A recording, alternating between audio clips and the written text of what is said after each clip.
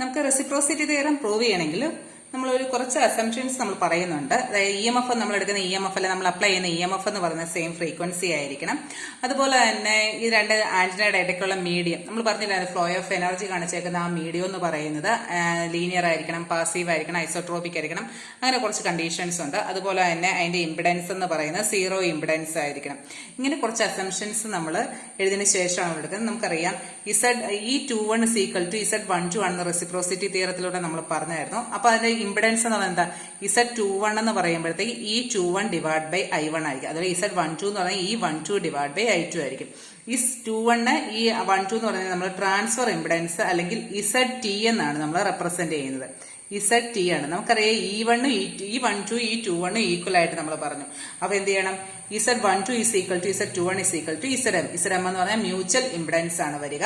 ഇതിൽ നമുക്ക് E21 divide by I1 is equal to E12 divided by I2 നമുക്ക് എഴുതാം. ഇനി നമുക്ക് റെസിപ്രോസിറ്റി തിയറം പ്രൂവ് ചെയ്യാം. റെസിപ്രോസിറ്റി തിയറത്തിനകത്ത് നമ്മൾ ഫസ്റ്റ് ആന്റിനയിലാണ് നമ്മൾ ഇ എം എഫ് കൊടുക്കുന്നത്. അപ്പൊ നമുക്ക് എന്താ, സെക്കൻഡ് ആന്റിനയിൽ നമുക്ക് I2 എന്ന് പറയുന്ന ഒരു കറണ്ട് ആണ് നമുക്കിവിടെ വരിക. അപ്പൊ നമുക്ക് ആ ഇക്വലന്റ് സർക്യൂട്ട്സിനകത്ത് നമുക്ക് കിർച്ചോഫ് ലോയെ അപ്ലൈ ചെയ്യാൻ വേണ്ടി പറ്റും. നൗ അപ്ലൈയിങ് ദ കിർച്ചോഫ് ലോയോ മെഷ് ഇക്വേഷൻ, നമുക്ക് മെഷ് ഇക്വേഷൻ കിർച്ചോഫ് ലോയുടെ മെഷ് ഇക്വേഷൻ ആണ് ഇവിടെ അപ്ലൈ ചെയ്യാൻ വേണ്ടി പോകുന്നത്. Now applying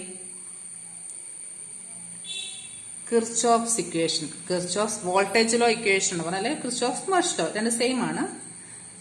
mesh law, Kirchhoff mesh law നമുക്ക് ലൂപ്പ് 2ൽ നമ്മൾ അപ്ലൈ ചെയ്യാം.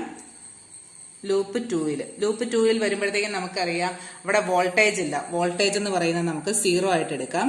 ലൂപ്പ് 2 വോൾട്ടേജ് 0 ആയിട്ട് എടുത്തു. വോൾട്ടേജ് 0 ആകുമ്പോഴത്തേക്ക് നമുക്ക് ഇംപിഡൻസ് വാല്യൂസ് എടുക്കുമ്പോഴത്തേക്ക് Z22 പ്ലസ് Zm, അതായത് സെക്കൻഡ് ലൂപ്പിലുള്ള രണ്ട് ഇംപിഡൻസ് ആണ് Z22 plus Zm into I2. Second ലൂപ്പിലെ കറണ്ട് ആണ് I2 എന്ന് പറയുന്നത്.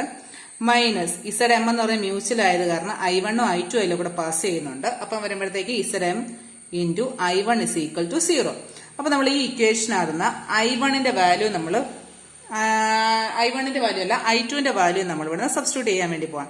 I2 ഇസ് ഈക്വൽ എന്ത് വരും? I2 എന്നുള്ള വാല്യൂ വരുമ്പോഴത്തേക്ക് I1 into Zm divided by Z22 plus Zm. ഇതാണ് നമുക്ക് I2ന്റെ വാല്യൂസ് നമുക്ക് ഇവിടെ എടുക്കാൻ വേണ്ടി പോകാം. ഇനി നമ്മൾ എടുക്കുന്നത് മെഷ് നമ്പർ 1 എടുക്കുക. അതായത് ഫസ്റ്റ് ലൂപ്പ് നമ്മളിനെ കൺസിഡർ ചെയ്യാൻ വേണ്ടിയാണ് പോകുന്നത്. അപ്പൊ ഫസ്റ്റ് ലൂപ്പ് കൺസിഡർ ചെയ്യുമ്പോഴത്തേക്ക് അവിടെ ഒരു വോൾട്ടേജ് ഉണ്ട്. ആ വോൾട്ടേജ് എന്ന് പറഞ്ഞു കഴിഞ്ഞാൽ E12 ആണ് അതിന്റെ വോൾട്ടേജ്. ഫസ്റ്റ് ലൂപ്പാണ്. അപ്പം ലൂപ്പ് നമ്പർ 1 ആണ് നമ്മളിവിടെ എടുക്കുന്നത്. ഇവിടെ എഴുതണം ലൂപ്പ് 1 ആണ് ഇനി കൺസിഡർ ചെയ്യാൻ വേണ്ടി പോകുന്നത്. ലൂപ്പ് 1 നമ്മൾ കൺസിഡർ ചെയ്യുമ്പോഴത്തേക്ക് E12 നമ്മൾ അപ്ലൈ ചെയ്ത ഇ എം എഫ് ആണ് E12 എന്ന് പറയുന്നത്. E12 ഈസ് ഈക്വൽ ടു അവിടെയുള്ള റെസിസ്റ്റൻസ് വാല്യൂസ് ഏതൊക്കെയാണ് വരുന്നത്? Z11 പ്ലസ് Zm മ്യൂച്വലും അതിന്റെ സെൽഫും ഇൻറ്റു I1. ഇനി എന്തായിരുന്നത്? നമുക്ക് മ്യൂച്വലിന്റെ Zm into I2.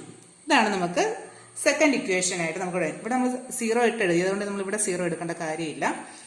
E12 is equal to Z11 plus Zm into I1 minus Zm I2 എന്നാണ് നമുക്ക് എടുക്കുന്നത്. അതായത് നമ്മൾ ഫസ്റ്റ് ലൂപ്പാണ് നമ്മളിവിടെ കൺസിഡർ ചെയ്യുന്നത്. ഇനി നമുക്കറിയാം നമ്മൾ ഓൾറെഡി തന്നെ I2ന്റെ ഇക്വേഷൻ നമ്മളിവിടെ പറഞ്ഞിട്ടുണ്ട്. അപ്പൊ I2ന്റെ ഇക്വേഷൻ നമ്മൾ ഇതിനകത്ത് സബ്സ്റ്റിറ്റ്യൂട്ട് ചെയ്ത് കഴിയുമ്പോഴത്തേക്ക് E12 ഇസ് ഈക്വൽ ടു എന്ത് വരും? Z11 പ്ലസ് Zm I1 അതുപോലെ തന്നെ I1 മൈനസ് I2 ആണ് എടുക്കുക. Zm അപ്പൊ Zm സ്ക്വയർ വരും. Zm സ്ക്വയർ ഏതാ വരുന്നത്? I1ന്റെ വാല്യൂസ് നമ്മളിവിടെ കൊടുക്കുന്നത്. Zm square I1 divided by Z22 plus Zm എന്നാണ് വരുന്നത്. ഇനി നമ്മൾ എടുക്കുന്നത് വെച്ച് കഴിഞ്ഞാൽ ഇതിന്റെ LC എടുക്കുക. LC എടുത്ത് കഴിഞ്ഞാൽ നമുക്ക് കിട്ടുമ്പോഴത്തേക്ക് I1ന്റെ വാല്യൂ കിട്ടുക. അത് I1ന്റെ വാല്യൂ നമ്മൾ കണ്ടുപിടിക്കുക.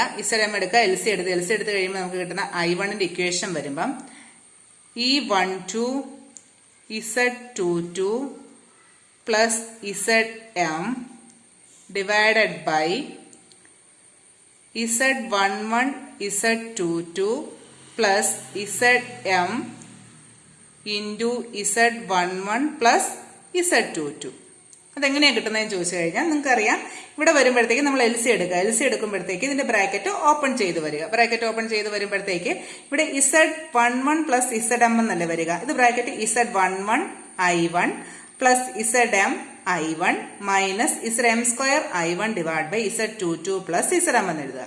ഇനി നമ്മൾ ഇതിനകത്ത് മൾട്ടിപ്ലൈ ചെയ്യുമ്പോൾ എൽസിയം എടുക്കുമ്പോൾ Z11 into Z22 plus Zm into I1 plus Zm into Z22 plus Zm into I1 minus Zm square I1 divided by Z22 plus Zm എന്ന് പറയാം. അതിനകത്ത് Zm square I1 ഉം മൈനസും പ്ലസും ആയിട്ട് വരും. ആ രണ്ട് ടൈം ക്യാൻസൽ ചെയ്ത് കഴിഞ്ഞു കഴിഞ്ഞാൽ നമുക്ക് അവിടെ കിട്ടുന്ന വാല്യൂസ് ആണ് ഈ തന്നേക്കുന്നത്. രണ്ട് വാല്യൂ രണ്ടെണ്ണം നമ്മൾ ക്യാൻസൽ ചെയ്യും. ക്യാൻസൽ ചെയ്ത് കഴിയുമ്പോഴത്തേക്കും നമുക്ക് ഈ 1 2 എന്ന് പറയുന്ന വാല്യൂ കിട്ടുക I1 ടോട്ടലായിട്ട് നമുക്ക് എല്ലാം I1 കിട്ടത്തുള്ളൂ. I1 into Z11 Z22 plus Z11 Zm plus Z22 Zm divided by Z22 plus Zm. എന്നിട്ട് ന്യൂമറേറ്ററിൽ നിന്ന് നമ്മൾ